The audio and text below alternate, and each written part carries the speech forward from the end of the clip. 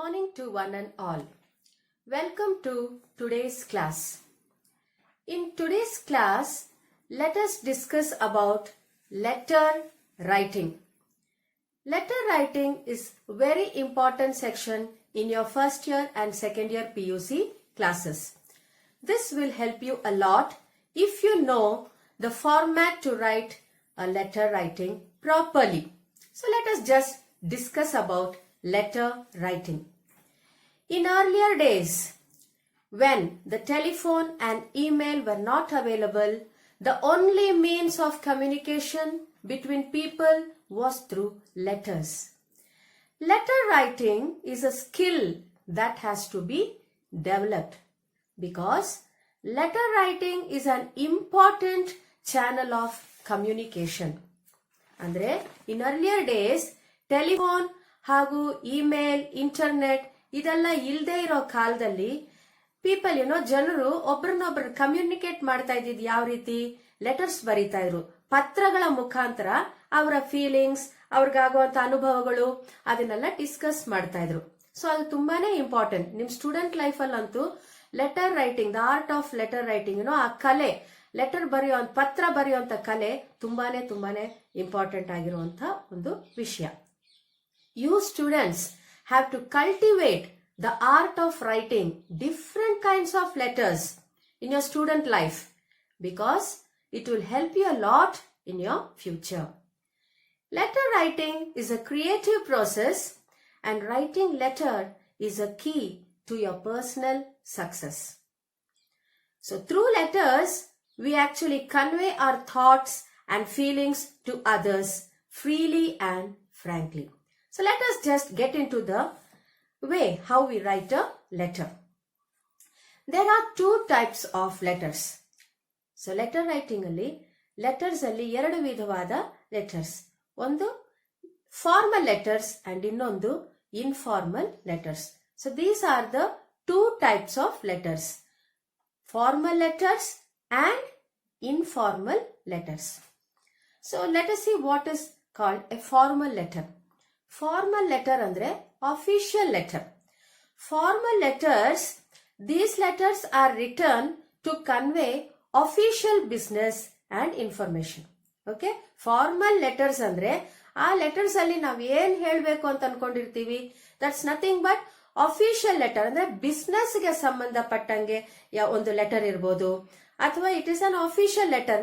ನೀವು ಬೇಕಾಗಿರೋ leave letters, leave sanction ಮಾಡಕ್ಕೆ, ಲೀವ್ ಅಪ್ಲಿಕೇಶನ್, ಲೀವ್ ತಗೋಬೇಕಾದ್ರೆ ಹಾಕುವಂತ ಲೆಟರ್ಸ್, ಅಥವಾ ನಿಮ್ಗೊಂದು TC ಬೇಕು, ಟ್ರಾನ್ಸ್ಫರ್ ಸರ್ಟಿಫಿಕೇಟ್ ಬೇಕಾಗುತ್ತೆ, ಅದಕ್ಕೆ ನೀವು ಬರೆಯುವಂತಹ ಒಂದು ಲೆಟರ್, ಅಥವಾ you need your marks card from your college, so for that purpose you use an official letter. So those kind of letters are called formal letters.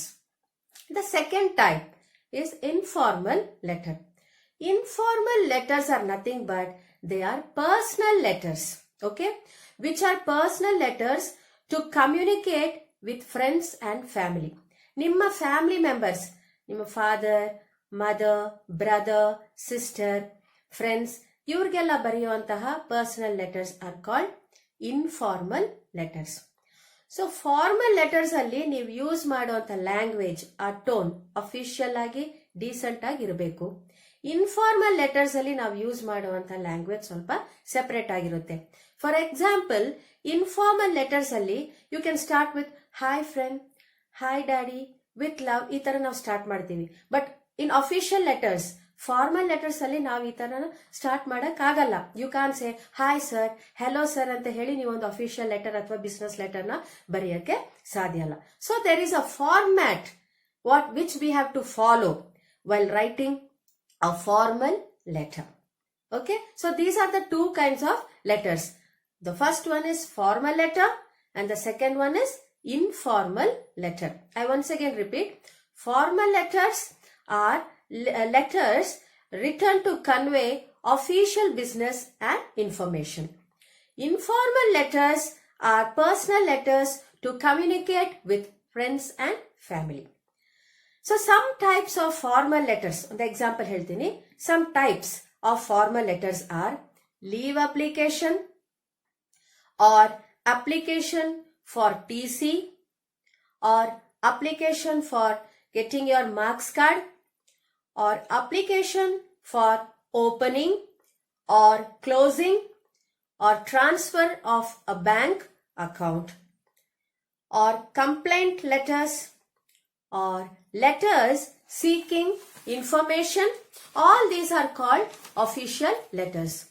Letters giving information or invitation letters. All these letters are called formal letters. So you just have to cultivate the art of writing all these kind of different letters in your student life. It is very, very important in your student life that you cultivate the habit of writing all these letters. Okay. Now, the other thing what you have to keep in mind while writing an official letter.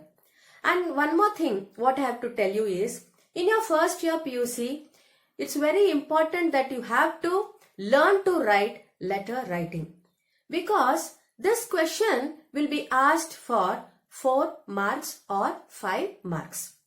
So it is very important for you to score that 5 full marks. So to write this official letter, you have to follow a format, or you have to keep in mind the elements which are required to make that format to write your official letter. So ನೀವು first year PUC ನಲ್ಲಿ ತುಂಬಾ important ಆಗಿ ಈ letter writing ನ ಕಲೀಲೇಬೇಕು. Because ನಿಮಗೆ ಈ ವರ್ಷ ಈ ಫಸ್ಟ್ ಇಯರ್ PUC ನಲ್ಲಿ ಈ ಲೆಟರ್ ರೈಟಿಂಗ್ ಗೆ ಸಿಗುವಂತ ಅಂಕಗಳು 5 ಅಂಕಗಳು. ತುಂಬಾನೇ ಇಂಪಾರ್ಟೆಂಟ್. ನೀವು ಅಫಿಷಿಯಲ್ ಲೆಟರ್ ಬರೆಯುವಾಗ ಅದರ ಒಂದು ಫಾರ್ಮ್ಯಾಟ್ ರೀತಿ ಇರುತ್ತೆ, ಯಾವ ತರ ನೀವು ಬರಿಬೇಕು, ಅದರಲ್ಲಿ ಯಾವ ಪಾಯಿಂಟ್ಸ್, ಯಾವ ಎಲಿಮೆಂಟ್ಸ್ ನ ನೀವು ಮನಸ್ಸಲ್ಲಿ ಇಟ್ಕೊಂಡು ಆ ಲೆಟರ್ ನ ಬರಿಬೇಕು ಅನ್ನೋದು ತುಂಬಾನೇ ಮುಖ್ಯ. ಅವಷ್ಟು ಎಲಿಮೆಂಟ್ಸ್, ಆ ಫಾರ್ಮ್ಯಾಟ್ ಕರೆಕ್ಟ್ ಆಗಿ ನೀವು ಅದರಲ್ಲಿ ಯೂಸ್ ಮಾಡೋ ಲ್ಯಾಂಗ್ವೇಜ್ ಸರಿಯಾಗಿದ್ರೆ, ನೀವು ಅದನ್ನ ಪ್ರಾಪರ್ ಆಗಿ ಯಾವ ಮಿಸ್ಟೇಕ್ ಇಲ್ದಿರ ಬರ್ದಿದ್ರೆ ಮಾತ್ರನೇ ನೀವು ಆ 5 ಮಾರ್ಕ್ಸ್ ನ ಸ್ಕೋರ್ ಮಾಡಕ್ಕೆ ಆಗೋದು. ಇಲ್ಲ ಅಂದ್ರೆ ಅದರಲ್ಲಿ ಒಂದು ಎಲಿಮೆಂಟ್ ಮಿಸ್ ಆದ್ರೂ ಕೂಡ, ಒಂದು ಸಿಲ್ಲಿ ಮಿಸ್ಟೇಕ್ ಆದ್ರೂ ಕೂಡ, there are chances of losing your marks. So next let us learn what are the elements. ಅಂದ್ರೆ ಆ ಫಾರ್ಮ್ಯಾಟ್ ಯಾವ ತರ ನೀವು ಸಿಂಪಲ್ ಆಗಿ ಬರೀಬೇಕು ಅನ್ನೋದನ್ನ ನಾನು ಹೇಳ್ಕೊಡ್ತೀನಿ. So the elements you have to keep in mind while writing an official letter are as follows. ಶ್ರದ್ಧೆಯಿಂದ ಕೇಳ್ಕೊಳ್ಳಿ, ನೀವು ಯಾವ ತರ ಆ ಫಾರ್ಮ್ಯಾಟ್ ನ ಬರಿಬೇಕು ಅಂತ ಹೇಳ್ತೀನಿ. So format of a letter. First, name and address of the sender, ಅಂದ್ರೆ from address. So first 3-4 lines ಅಲ್ಲಿ ನೀವು ಬರಿಬೇಕಾಗಿರೋದು ನಿಮ್ಮ ಅಡ್ರೆಸ್. ಫ್ರಮ್ ಅಡ್ರೆಸ್ ಅನ್ನ ನೀವು ಬರಿಬೇಕು. Next line comes the second element is the date. ನೀವು ಯಾವತ್ತು ಈ ಲೆಟರ್ ನ ಬರಿತಾ ಇದ್ದೀರೋ ಆ ದಿನಾಂಕನ ನೀವು ಬರಿಬೇಕು. ನೆಕ್ಸ್ಟ್ ಮೂರನೇ element, the third element is name and address of the addressee, ಅಂದ್ರೆ ಟು ಅಡ್ರೆಸ್. ಮೂರನೇ ಎಲಿಮೆಂಟ್ ಯಾವುದು? ಟು ಅಡ್ರೆಸ್ ನ ಬರಿಬೇಕು. ನೀವು ಯಾರಿಗೆ ಆ ಲೆಟರ್ ನ ಬರಿತಾ ಇದ್ದೀರೋ ದಟ್ ಆ ಪರ್ಸನ್ ನ ಅಡ್ರೆಸ್ ನ ಬರಿಬೇಕು. So once again I repeat, first ನೀವು ಬರಿಬೇಕಾಗಿರೋದು ಫ್ರಮ್ ಅಡ್ರೆಸ್, ಅಂದ್ರೆ name and address of the sender. Second, date. And third comes name and address of the addressee, ಅಂದ್ರೆ to address. Next element, next format ಏನಿದೆ, salutation. Okay, next is the salutation where you write respected sir or madam. Okay, that comes the fourth part. Next, the fifth part will be the subject of your letter. ನೀವು ಏನು ಯಾವ ಪರ್ಪಸ್ಗೋಸ್ಕರ letter ಬರೀತಾ ಇದ್ದೀರಾ, ಅದರಲ್ಲಿ ಏನು ಮುಖ್ಯವಾದ subject. So that you have to write immediately after the to address, after the salutation comes the subject. ಅಂದ್ರೆ ನೀವು ಏನ್ ಉದ್ದೇಶ, whether it is an application requesting leave or whether you are requesting a TC, so that subject you have to mention there. Next comes the body of the letter. So you're going to start the letter, the matter of the letter. ನಿಮಗ್ ಕೊಟ್ಟಿರೋ question, ಆ question ಅಲ್ಲೇ ಅವರು matter ಕೇಳಿರ್ತಾರೆ. ಯಾವ ಒಂದು ಮ್ಯಾಟರ್ಗೋಸ್ಕರ, ಯಾವ ಒಂದು ಪರ್ಪಸ್ಗೋಸ್ಕರ ನೀವು ಲೆಟರ್ ನ ಬರೀತಾ ಇದ್ದೀರಾ. So that you have to write in your body of the letter. So body of the letter can be written in 2 or 3 paragraphs. ಅದನ್ನ ನಾವು ಪ್ಯಾರಾಗ್ರಾಫ್ ಅಲ್ಲಿ ಮೇಂಟೈನ್ ಮಾಡಿದ್ರೆ it looks neat and you can score your marks also. So the body of the letter should be written always in 2 or 3 paragraphs, and it should be correctly written with correct spellings. And next comes the complementary clause, that is the ending part of the letter. ನಾವು ಯಾವ ತರ body of the ಲೆಟರ್ನೆಲ್ಲ ಬರೆದು ಅದಕ್ಕೆ complementary ಒಂದು close ಇರುತ್ತೆ, ಅದನ್ನ end ಮಾಡಬೇಕು. ಅಂದ್ರೆ ನೀವು ಒಂದು ಥ್ಯಾಂಕ್ ಯು ಬರೆದು ನಿಮ್ಮ ಯಾರ್ಸ್ ಫೇತ್ಫುಲಿ ಅಥವಾ ಯಾರ್ಸ್ ಒಬಿಡಿಯಂಟ್ಲಿ, ಯಾರ್ಸ್ ಸಿನ್ಸಿಯರ್ಲಿ, ಈ ತರ ಎಲ್ಲ ನಾವು ಯೂಸ್ ಮಾಡಿ ಅಲ್ಲಿ ಕಾಂಪ್ಲಿಮೆಂಟರಿ ಕ್ಲೋಸ್ ಅನ್ನ ಮಾಡಬೇಕು. And the last part, the end most part of the letter is your signature. At last ನೀವು ನಿಮ್ಮ ಸಿಗ್ನೇಚರ್ ನ ಅಲ್ಲಿ ಹಾಕ್ತೀರಾ. So these are all the elements which together forms the format of a letter.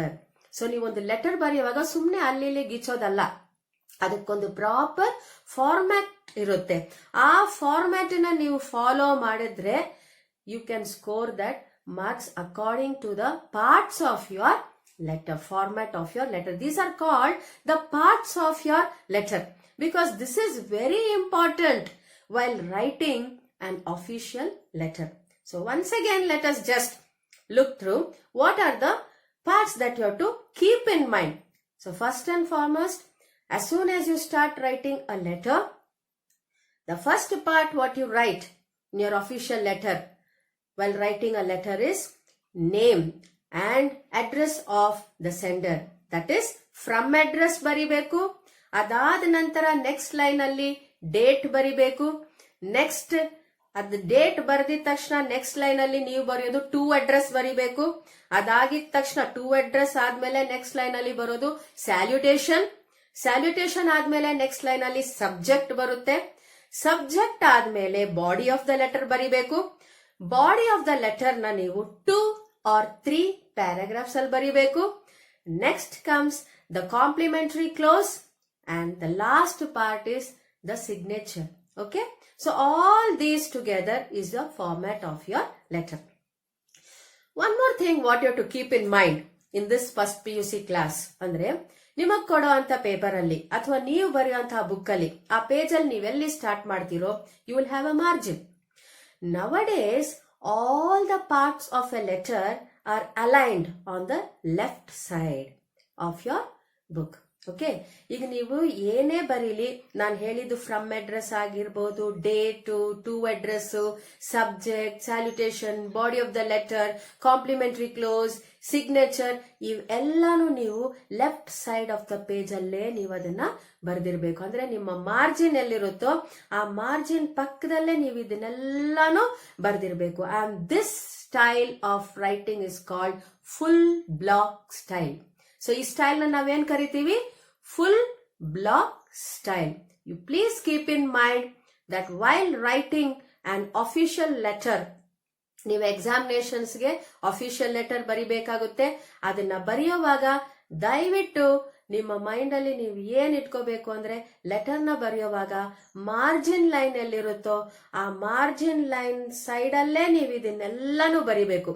ನೀವು ಒಂದು ಕಡೆ from ಬರ್ದು ಮತ್ತೆ ಇನ್ನೊಂದು ಕಡೆ ಟೂ ನ ಎತ್ತಿ ರೈಟ್ ಸೈಡ್ ಅಲ್ಲಿ ಹಾಕೋದು, ಮತ್ತೆ ನೀವು ಸಬ್ಜೆಕ್ಟ್ ಈ ತರ ಈ ಸೈಡ್ ಲೆಫ್ಟ್ ಸೈಡ್ ತಗೊಂಡ್ಬರೋದು, ಆ ತರ ಏನೋ ಮಾಡಿ ಕನ್ಫ್ಯೂಸ್ ಆಗಬೇಡಿ. ಯಾವುದೇ ಕನ್ಫ್ಯೂಷನ್ ಇಲ್ದಿರಾ please see that you will write all the elements of the letter in your left side, that is your margin side, and this style of writing is called full block style. And then the other things what you have to keep in mind, ಈಗ ನಿಮ್ಗೊಂದು idea ಬಂತು, ಆ format ಒಂದು idea ನಿಮ್ಮ ಮನಸ್ಸಿಗೆ ಬಂದಿದೆ, format of the letter ಅಂದ್ರೆ letter ಬರೆಯುವಾಗ ಏನೆಲ್ಲ ನೀವು ಮೈಂಡ್ ಅಲ್ಲಿ ಇಟ್ಕೋಬೇಕು, ಯಾವ ಒಂದು ವಿಷಯನೂ ನೀವು ಮಿಸ್ ಮಾಡ್ದಿರಾ, ನೀವು ಅಲ್ಲಿ ಬರ್ದಿದ್ದೀರಾ ಅನ್ನೋದನ್ನ ನೀವು ಚೆಕ್ ಮಾಡಕ್ಕೆ ಇದು ಯೂಸ್ಫುಲ್ ಆಗುತ್ತೆ ಅನ್ನೋದು ನಿಮ್ಗೆ ಗೊತ್ತಾಯ್ತು. Next, there are certain things which we shouldn't do while writing a letter. Andre certain things what we have to keep in mind andre we do not use commas after every line in the address.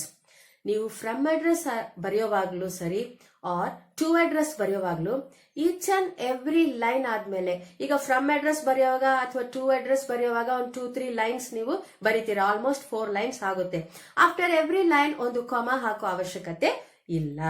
So from address ನ direct ಹಾಗೆ first ನಿಮ್ name ಬರ್ಕೊಳ್ಳಿ, ನಿಮ್ಮ college address ಬರ್ಕೊಳ್ಳಿ, ನಿಮ್ಮ place ಬರ್ಕೊಳ್ಳಿ, ಎಲ್ಲ ಬರ್ಕೊಳ್ಳಿ. ಲಾಸ್ಟ್ ಅಲ್ಲಿ ಒಂದು ಫುಲ್ ಸ್ಟಾಪ್, ಆ ಪ್ಲೇಸ್ ಆದ್ಮೇಲೆ ಪಿನ್ ಕೋಡ್ ಆದ್ಮೇಲೆ ಇಟ್ರೆ ಸಾಕು. But it's not necessary that you have to gone using commas for each and every line. ಪ್ರತಿಯೊಂದು ಲೈನ್ಗೂ ಕಮಾ ಹಾಕೋ ನೆಸೆಸಿಟಿ ಇಲ್ಲ. So we do not use commas after every line in the from address or the to address. Next important thing what you have to keep in mind is, do not use apostrophe after writing yours. ಈಗ ending part, that complementary close ಅಲ್ಲಿ ನಾವೇನ್ ಬರಿತೀವಿ, thank you ಆದ್ಮೇಲೆ V right yours obediently ಅಥವಾ yours sincerely or yours faithfully. So while writing yours, please see that you don't use an apostrophe s. ಕೆಲವರು ಸುಮಾರು ಮಕ್ಕಳು ಏನ್ ಮಾಡ್ತೀರಾ, YOUR ಆದ್ಮೇಲೆ ಒಂದು ಅಪಾಸ್ಟ್ರಫಿನ ಹಾಕಿ ಎಸ್ ನ ಬರೀತೀರಾ. ಅದರ ನೆಸೆಸಿಟಿ ಇಲ್ಲಿ ಇಲ್ಲ. See that you don't use that apostrophe. You can directly write YOURS, yours faithfully or yours obediently or yours sincerely. So yours ಬರೆಯುವಾಗ ಅಪಾಸ್ಟ್ರಫಿನ ಯೂಸ್ ಮಾಡೋ ನೆಸೆಸಿಟಿ ಇಲ್ಲ. ಮತ್ತೆ ನೀವು ಫಾರ್ಮಲ್ ಲೆಟರ್ಸ್ ಅಂದ್ರೆ ಅಫಿಷಿಯಲ್ ಲೆಟರ್ಸ್ ಯೂಸ್ ಮಾಡುವಾಗ see that you use formal language. You have to use an official language. For example, salutation ಅಂತ ಹೇಳಿದೆ, to address ಆದ್ಮೇಲೆ ಸ್ಯಾಲ್ಯುಟೇಷನ್ ಬರುತ್ತೆ. ಅಂದ್ರೆ after the to address next line ಅಲ್ಲಿ ನಾವು ಬರೆಯೋದು ರೆಸ್ಪೆಕ್ಟೆಡ್ ಸರ್ ಆರ್ ಮೇಡಮ್. ಅಲ್ಲಿ ಆ ತರ ವರ್ಡ್ಸ್ ನಾವು ಯೂಸ್ ಮಾಡಬೇಕು, respected sir or madam. Or you can even use dear sir or madam. You can't use hi sir, hi madam.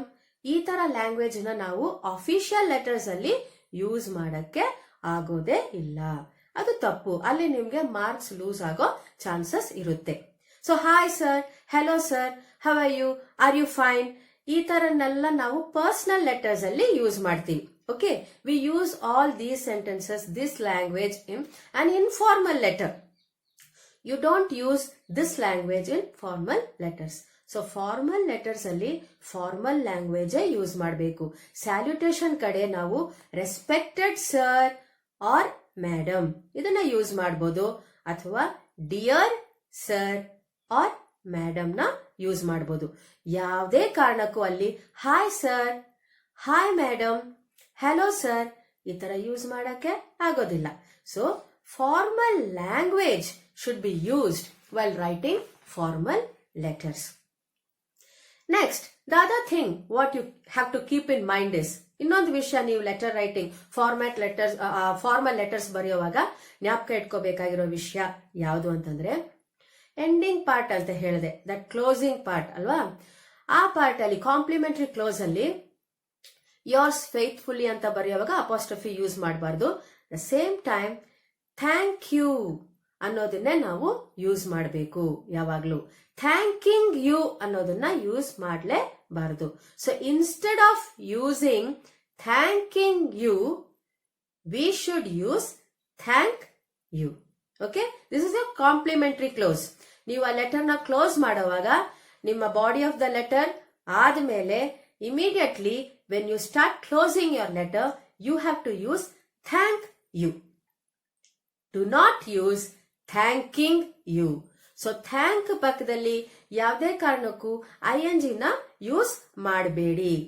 This is my humble request. Please use thank you instead of using thanking you. So thanking you ನ use ಮಾಡಬಾರ್ದು. ಸೊ ಏನನ್ನ ಜ್ಞಾಪಕ ಇಟ್ಕೋಬೇಕು, close ಮಾಡೋವಾಗ you have to use thank you.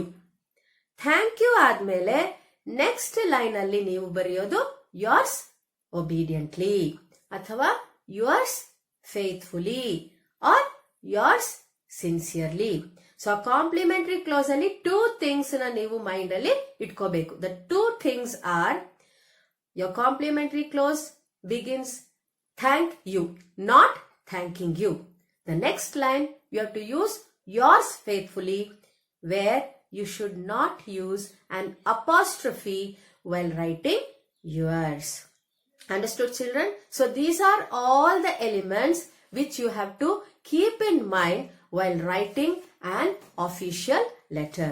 And almost 95% they are going to give you an official letter for your first year PUC examinations or the other tests. So please follow all these instructions and learn how to write a letter, the proper format of the letter, so that you can score the full 5 marks in your examinations. So once again I repeat, letter writing is an important aspect in your student life, okay, which will make your future perfect and bright. So once again I would like to tell you the elements what you have to follow while writing an official letter. So let us just see line by line what are you going to follow. First and foremost, you have to maintain all the parts of the letter should be aligned in your left hand side. That is, keep that in mind, children. See that all the parts of your letter, official letter, is written just close to your margin. ನಿಮ್ಮ margin line ಎಲ್ಲಿದೆಯೋ books ಅಲ್ಲಿ notebook ಅಲ್ಲಿ ಆ margin line ಅಲ್ಲೇ ನೀವು ನಿಮ್ಮ ಆ parts ಅನ್ನ ಬರಿಬೇಕು. ಆ ಫಾರ್ಮ್ಯಾಟ್ ಹಾಗೆ ಬಂದಿರಬೇಕು. ಯಾವುದೇ ಕಾರಣಕ್ಕೂ ನೀವು ಬರೆಯೋ ಒಂದು ಎಲಿಮೆಂಟ್ ಕೂಡ ರೈಟ್ ಸೈಡ್ ಅಲ್ಲಿ ಬರೆಯಕ್ ಹೋಗ್ಬೇಡಿ. ಬಿಕಾಸ್ ನಾವು ಈ ಕ್ಲಾಸ್ ಅಲ್ಲಿ ಯೂಸ್ ಮಾಡ್ತಾ ಇರೋದು ಫುಲ್ ಬ್ಲಾಕ್ ಸ್ಟೈಲ್. ಅದೇ ನಮ್ಗೆ ಬೇಕಾಗಿರೋದು ಫಸ್ಟ್ ಇಯರ್ PUCಗೆ. ಸೊ ಫಸ್ಟ್ ಲೈನ್ ಅಲ್ಲಿ ನೀವು ನಿಮ್ಮ ಅಡ್ರೆಸ್ ಬರೀತೀರಾ, ಫ್ರಮ್ ಅಡ್ರೆಸ್ ಬರೀತೀರಾ. ಅದಾದ ನಂತರ ಅಡ್ರೆಸ್ ಆದ್ಮೇಲೆ you are going to write the date. Next you will write the to address ಆದ್ಮೇಲೆ ಸ್ಯಾಲ್ಯುಟೇಷನ್ ಆದ್ಮೇಲೆ ಸಬ್ಜೆಕ್ಟ್ ಆದ್ಮೇಲೆ ಬಾಡಿ ಆಫ್ ದ ಲೆಟರ್ ಅಲ್ಲಿ 2 or 3 ಪ್ಯಾರಾಗ್ರಾಫ್ಸ್ ಇರಬೇಕು. ಅದಾದ್ಮೇಲೆ ಕಾಂಪ್ಲಿಮೆಂಟರಿ ಕ್ಲೋಸ್ ಅಂದ್ರೆ ಬಾಡಿ ಆಫ್ ದ ಲೆಟರ್ ಆಗಿದ ತಕ್ಷಣ ನೆಕ್ಸ್ಟ್ ಲೈನ್ ಅಲ್ಲಿ ಥ್ಯಾಂಕ್ ಯು, ಯಾವುದೇ ಕಾರಣಕ್ಕೂ ಥ್ಯಾಂಕಿಂಗ್ ಯು ಅಂತ ಬರೀಕೂಡ್ದು. Thank you. ನೆಕ್ಸ್ಟ್ ಲೈನ್ ಅಲ್ಲಿ ಯುವರ್ಸ್ ಫೇತ್ಫುಲಿ, ಯಾವುದೇ ಕಾರಣಕ್ಕೂ ಯುವರ್ಸ್ ಬರೆಯುವಾಗ ಅಪಾಸ್ಟ್ರಫಿ ಎಸ್ ನ ಯೂಸ್ ಮಾಡಲೇ ಕೂಡ್ದು. And then comes your signature. So body of the letter ಆದ್ಮೇಲೆ ನೆಕ್ಸ್ಟ್ ಲೈನ್ ಅಲ್ಲಿ ಥ್ಯಾಂಕ್ ಯು, ಅದಾದ್ಮೇಲೆ ನೆಕ್ಸ್ಟ್ ಲೈನ್ ಅಲ್ಲಿ ಯುವರ್ಸ್ ಫೇತ್ಫುಲಿ, ಅದಾದ್ಮೇಲೆ ನೆಕ್ಸ್ಟ್ ಲೈನ್ ಅಲ್ಲಿ ನಿಮ್ಮ signature, your signature. So this is the format what you maintain while writing an official letter. Now let me just dictate you a question and let us just discuss how to write that kind of official letter. So let us start. Okay. Write a letter to the principal of MNG PU College, Kolar, inviting him to the annual day celebrations at your college. So your letter should include the following points. The first point is date and time of the function, and the second point is venue of the function. Venue andre a place, a function ಯಾವ place ಅಲ್ಲಿ ಅವರು conduct ಮಾಡ್ತಾರೋ, so that is called the venue of the function. So this will be your question, and this question carries 5 marks. So ಈ ತರ ನಿಮ್ಗೆ examination ಅಲ್ಲಿ ಒಂದು question ಕೇಳಿದ್ದಾರೆ. Okay, I think you would have understood. ನೀವು MNG college principal ನ ನಿಮ್ college day celebration, annual day celebrations ಗೆ ಅವ್ರನ್ನ ಇನ್ವೈಟ್ ಮಾಡ್ತಾ ಇದ್ದೀರಾ. ಸೊ ಈ ಲೆಟರ್ ನ ನಾವು ಯಾವ ರೀತಿ ಬರೆಯೋದು, ನಿಮ್ಗೆ 2 ಕ್ಲೂಸ್ ಕೊಟ್ಟಿದ್ದಾರೆ, ಪಾಯಿಂಟ್ಸ್ ಕೊಟ್ಟಿದ್ದಾರೆ, ಅದನ್ನ ನೀವು ಇನ್ಕ್ಲೂಡ್ ಮಾಡಲೇಬೇಕು. ಆ ಪಾಯಿಂಟ್ಸ್ ನ ನೀವು ಇನ್ಕ್ಲೂಡ್ ಮಾಡಿಲ್ಲ ಅಂದ್ರೆ you may lose 1 or 2 marks. ಸೊ ನೀವು ಇನ್ಕ್ಲೂಡ್ ಮಾಡಬೇಕಾಗಿರೋದು date and time of the function, annual day function date ಯಾವತ್ತು ಅವ್ರನ್ನ ಕಂಡಕ್ಟ್ ಮಾಡ್ತಾ ಇದ್ದಾರೆ ಅಂಡ್ ಟೈಮಿಂಗ್ಸ್. ಮತ್ತೆ 2ನೇ ಪಾಯಿಂಟ್ ಮನಸ್ಸಲ್ಲಿ ಇರಬೇಕು, ವೆನ್ಯೂ ಆಫ್ ದ ಫಂಕ್ಷನ್ ಯಾವ ಸ್ಥಳದಲ್ಲಿ ನಡೀತಾ ಇದೆ.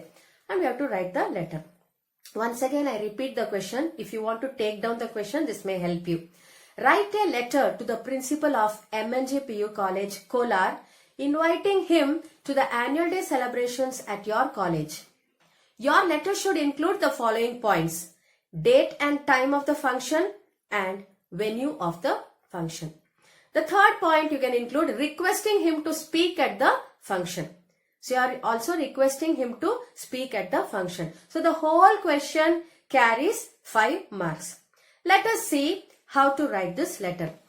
Now take your book, take your pen and start writing. So you have to keep in mind that you have to write this format completely on the margin side. So you should keep in mind that you are aligning everything on the left side of your book. Okay? ಎಲ್ಲ complete ಆಗಿ margin side ಅಲ್ಲೇ ಬರ್ಕೊಳ್ಳಿ. So first part ಏನು? From address. So ನಿಮ್ಮ name. So instead of writing your name, I am just using, you can use XXX in your names place. Name ಆಗಿದ ತಕ್ಷಣ ನಿಮ್ಮ ಮನೆ ಅಡ್ರೆಸ್ ಅಥವಾ ನಿಮ್ಮ ಕಾಲೇಜ್ ಅಡ್ರೆಸ್ ಅನ್ನ ನೀವು ಬರಿಬೇಕು. And that address I be expressing in YYY. So ನಮ್ಮ ಫ್ರಮ್ ಅಡ್ರೆಸ್ ಮುಗೀತು. ಫ್ರಮ್ ಅಡ್ರೆಸ್ ಆಗಿದ ತಕ್ಷಣ ನಾವೇನ್ ಬರಿತೀವಿ? ನಿಮ್ಮ ಹೆಸರು, ಕಾಲೇಜ್ ಅಡ್ರೆಸ್ ಬರ್ದಾಯ್ತು. ನೆಕ್ಸ್ಟ್ ಲೈನ್ ಅಲ್ಲಿ you are going to mention the date. So what is a date? So what is today's date? What is today's date? Can you all tell me? What is today's date? 13th. So 13th October 2020. Now one more thing what you have to keep in mind while writing this official letter. ಇವಾಗ October 13th 2020 ನ ನಿಮ್ ಇಷ್ಟ ಬಂದಂಗೆ 13- ಅಥವಾ /10/2020 ಈ ತರ ಬರೆಯೋಕೆ ಆಗೋದಿಲ್ಲ. ನೀವು ಯಾವ ತರ ಬರಿಬೇಕು? 13 ಅಕ್ಟೋಬರ್ನ ವರ್ಡ್ಸ್ ಅಲ್ಲೇ ಬರಿಬೇಕು. ಅಕ್ಟೋಬರ್ 2020. 13 ನ ನಂಬರ್ ಅಲ್ಲಿ ಹಾಕೊಳ್ಳಿ. ಅಕ್ಟೋಬರ್ ಮಂತ್ ನೇಮ್ ಅನ್ನ ಅಲ್ಲಿ ನೀವು ಮೆನ್ಷನ್ ಮಾಡಬೇಕು. ಆಮೇಲೆ ಇಯರ್ ನ ಬರ್ಕೊಳ್ಳಿ. So you are going to write 13 October 2020. Next line ಅಲ್ಲಿ ನೀವು ಬರಿಬೇಕಾಗಿರೋದು ಟು ಅಡ್ರೆಸ್ ಬರೆಯುವಾಗ you are inviting principal of MNG PU College Kolar. So you have to write the to address will be the principal. So always you have to write the principal and the next line ali MNG PU College and next line ali Kolar. Okay, to the principal MNG PU College Kolar. So the principal bariyovaga the na T capital letters, P principal P capital letter ಅಲ್ಲಿ ಬರೆದಿರಬೇಕು. Next line ಅಲ್ಲಿ salutation ಅಂದ್ರೆ we know that MNG PU college principal sir. Okay, is a sir ಆಗಿರೋದು ನಮಗೆ ಗೊತ್ತಿರೋ ವಿಷಯ ಆಗಿದೆ. ಸೊ ಅದಕ್ಕೆ ನಾವು ರೆಸ್ಪೆಕ್ಟೆಡ್ ಸರ್ ಅಂತಾನೆ ಯೂಸ್ ಮಾಡಬೇಕು. ರೆಸ್ಪೆಕ್ಟೆಡ್ ಸರ್ ಮತ್ತೆ ಆರ್ ಮೇಡಮ್ ಅನ್ನೋ ಯೂಸ್ ಮಾಡೋ ಅಗತ್ಯ ಇಲ್ಲ. So next line salutation what you going to write is respected sir comma. So respected ಗೆ ಆರ್ ಕ್ಯಾಪಿಟಲ್ ಲೆಟರ್ಸ್ ಬರಿಬೇಕು. ಸರ್ ಬರೆಯುವಾಗ ಎಸ್ ಕ್ಯಾಪಿಟಲ್ ಲೆಟರ್ ಅಲ್ಲಿ ಬರೆದಿರಬೇಕು. ರೆಸ್ಪೆಕ್ಟೆಡ್ ಸರ್ ಒಂದು ಕಮ ಹಾಕ್ಬೇಕಲ್ಲಿ. ನೆಕ್ಸ್ಟ್ ಲೈನ್ ಅಲ್ಲಿ ಸಬ್ಜೆಕ್ಟ್ ಬರೆಯುವಾಗ SUBJECT ಸಬ್ಜೆಕ್ಟ್ ಅಂತ ಬರೆಯೋ ಅವಶ್ಯಕತೆ ಇಲ್ಲ. ಎಸ್ ಕ್ಯಾಪಿಟಲ್ ಲೆಟರ್ ಬರೆದು ಶಾರ್ಟ್ ಆಗಿ SUB ಅಂತ ಬರೆದು ಒಂದು ಸಣ್ಣ ಕೋಲನ್ ಇಟ್ರೆ ಸಾಕು. ಸೊ ಸಬ್ಜೆಕ್ಟ್ ಬರೆದು invitation for the college annual day celebrations. That's what you are going to write. Subject is nothing but invitation for the college annual day celebrations. Next, the body of your letter. ನಿಮ್ಗೆ ಏನ್ ಕೊಟ್ಟಿದ್ದಾರೆ? Sir ನ ನೀವು ನಿಮ್ college day celebrations ಗೆ invite ಮಾಡ್ತಾ ಇದ್ದೀರಾ. How you have to keep in mind your letter should include following points ಅಂತ ಕೊಟ್ಟಿದ್ರಲ್ಲ, 3 points: date and time of the function, venue of the function, requesting sir to speak at the function. So ಇದೆಲ್ಲ ನಿಮ್ಮ body of the letter ಅಲ್ಲಿ ಬರಬೇಕು. I told you body of the letter ನ 2 or 3 paragraphs ಅಲ್ಲಿ ನಾವು ಬರೀಬಹುದು. So let us see body of the letter how you write. So you can start with I, the students secretary on behalf of our college cultural committee and the principal, cordially invite you to our college day celebrations. ಇದನ್ನ first paragraph ನಲ್ಲಿ ಬರ್ಕೊಳ್ಳಿ. And in the second paragraph ನಲ್ಲಿ the program is on 30th of October 2020 at our college auditorium from 5 p.m. onwards. Full stop. I also request you to please address the gathering on the importance of women empowerment in our country and our state. Full stop. So ಇಷ್ಟು ಬರೆದು ನಾವು body of the letter ನ close ಮಾಡ್ತಾ ಇದೀವಿ. Next we are coming to the complimentary close. Next line ಅಲ್ಲಿ ನೀವು ಬರಿಬೇಕಾಗಿರೋದು thank you. Thank you ಬರಿಬೇಕಾದ್ರೆ ಟಿನ ಕ್ಯಾಪಿಟಲ್ ಲೆಟರ್ ಅಲ್ಲಿ ಬರ್ಕೊಳ್ಳಿ. Thank you. ಅದಾದ್ಮೇಲೆ next line yours faithfully. Yours faithfully ಬರೆಯುವಾಗ ವೈ ಕ್ಯಾಪಿಟಲ್ ಲೆಟರ್. ಯಾವುದೇ ಕಾರಣಕ್ಕೂ ಅಪಾಸ್ಟ್ರಫಿನ ಯೂಸ್ ಮಾಡಬೇಡಿ. YOURS.